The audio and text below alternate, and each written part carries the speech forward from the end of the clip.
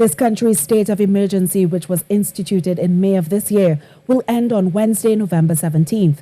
But Prime Minister Dr. Keith Rowley said the police service will enforce some of the laws which will remain under the Public Health Ordinance. Kimberly D'Souza tells us more.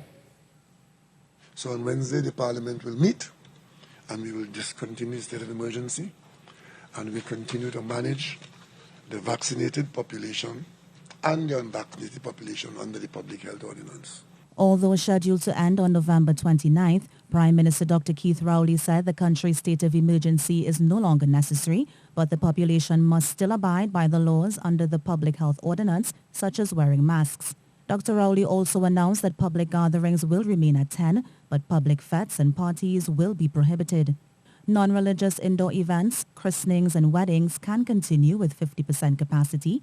Public transport will also remain at 75% and all border arrangements will remain in place.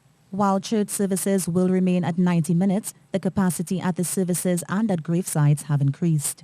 At the church, you can have 50% occupancy at the church for mourners, but at the graveside, 25 persons at the graveside.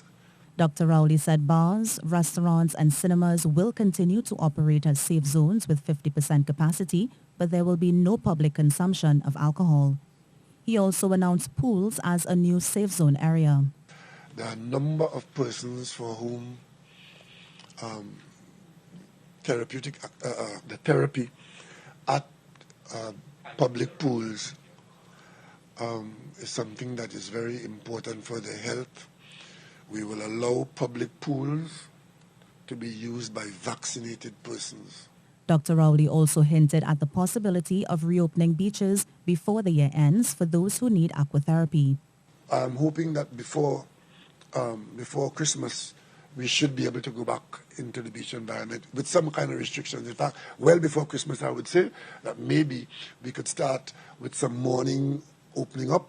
By lifting the SOE, Dr. Rowley said the police will enforce the laws under the Public Health Ordinance. Kimberly D'Souza, TTT News.